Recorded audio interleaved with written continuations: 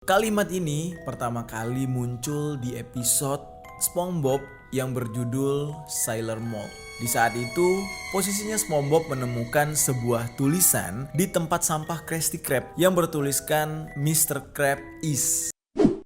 Yo gang, tekan tombol subscribe gang.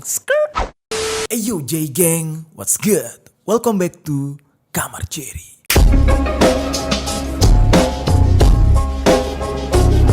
Geng, sekarang kalian bisa nonton konten lainnya dari Jerry di What's Good TV. Klik link yang ada di deskripsi, tekan tombol subscribe dan nyalakan loncengnya. Di sana bakal banyak konten-konten seru yang akan diupload nantinya. So pasti berbeda dari konten-konten yang ada di Kamar Jerry. Dan untuk kalian yang mau nonton konten Kamar Jerry melalui Facebook, kalian juga bisa klik link yang ada di deskripsi. Lalu kalian akan diarahkan ke fanspage Jerry yang sudah terverifikasi dan kalian bisa menonton video-video konten dari Kamar Jerry dan What's Good TV di sana. Geng-geng, hari ini kita akan membahas tentang kisah sebuah film kartun yang sebelumnya kita sudah pernah bahas. Kali ini kita akan melihat sisi lain dari terciptanya film kartun ini. Film kartun yang dimaksud adalah film kartun SpongeBob SquarePants. Kali ini kita akan membahas tentang resep rahasia Krabby Patty. Kalau kita membahas tentang Krabby Patty, sudah pasti kita harus membahas tentang si tokoh nomor 1. Siapa lagi kalau bukan Mr. Krab. Dia adalah pemilik dari restoran yang menyajikan makanan Krabby Patty ini. Kisah ini dimulai dari episode One Krabs Trash.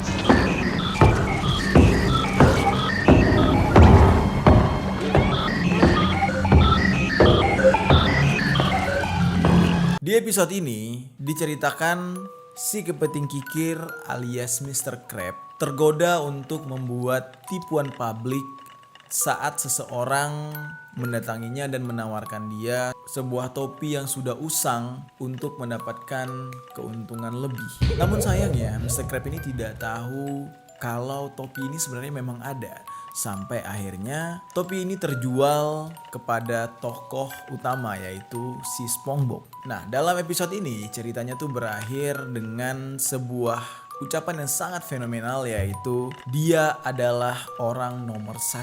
Dan adegan ini diakhiri dengan sebuah adegan peperangan antara Mr. Krab dan tokoh misterius yang bernama Smithy Werben Manjensen di sebuah pemakaman tua di Bikini Bottom. Yang kita akan bahas di sini bukannya cerita di episode ini yang kayak ini tercipta benar-benar ada misteri, bukan.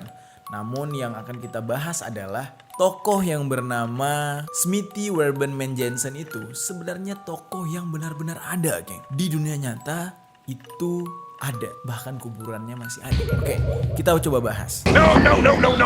It was his hat, Mr. Krabs. He was number 1. Barnacles! I'll never find. Cerita ini dimulai dari si animator yang bernama Steven Hillenburg. Dia ini suka banget mengangkat cerita atau menuliskan sebuah cerita dari kisah nyata di lingkungan hidupnya, geng. Nah, di episode SpongeBob kali ini itu diangkat dari kisah misterius yang sebenarnya benar-benar terjadi di kehidupan nyata si penulisnya ini. Nah, di sini dia bercerita tentang si orang nomor 1 ini. Yang jadi pertanyaan, siapakah orang yang disebut nomor 1 dan bernama Smithy Werben Manjensen ini? Oke, coba kita kulik ya, geng. I got the $1 million hat.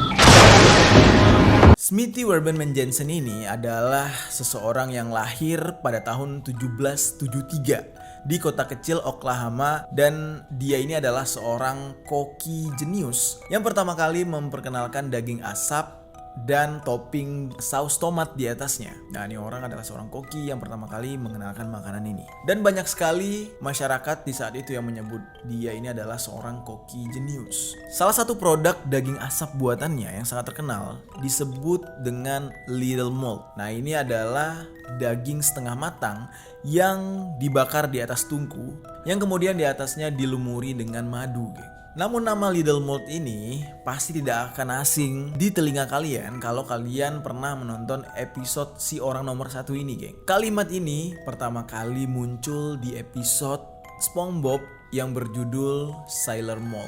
Di saat itu, posisinya SpongeBob menemukan sebuah tulisan di tempat sampah Krusty Krab yang bertuliskan Mr. Krab is.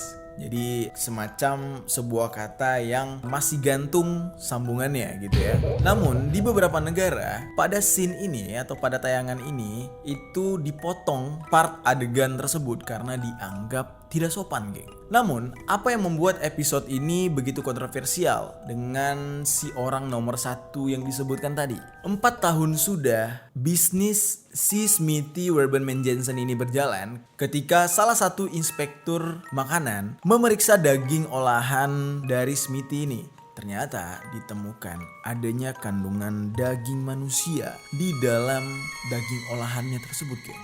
Di saat itu, kepolisian Oklahoma bereaksi sangat keras, langsung menjemput si Smithy Werbenman Jensen ini dan diadili di meja hukum. Dan di saat itu masyarakat benar-benar sangat shock dengan kejadian ini, ya dikarenakan mereka sudah menganggap si Smithy ini adalah orang nomor 1 alias si koki idola mereka. Lalu setelah 2 bulan kemudian saat dia ditangkap, barulah si Smithy Werbenman Jensen ini mengakui hal tersebut kalau dia memang memasukkan daging manusia ke dalam daging olahannya. Namun dia berasumsi atau dia mengatakan kalau daging manusia yang dia masukkan tersebut bukan manusia hidup, justru daging manusia yang dia temukan dan sudah menjadi mayat. Dan di saat itu dia berasumsi kalau dia itu tidak bersalah. Pada akhirnya pengadilan menjatuhkan hukuman mati untuk si Smithy ini. Dan di saat itu pemerintah memutuskan untuk merahasiakan makam dari si Smithy ini. Namun yang lebih kontroversial dari kasus ini adalah sebelum si Smithy Werbenman Jensen ini meninggal, ada satu permintaan terakhir darinya, yaitu dia ingin batu nisan kuburan tempat dia dimakamkan itu tidak dituliskan namanya, tapi justru dituliskan angka 1.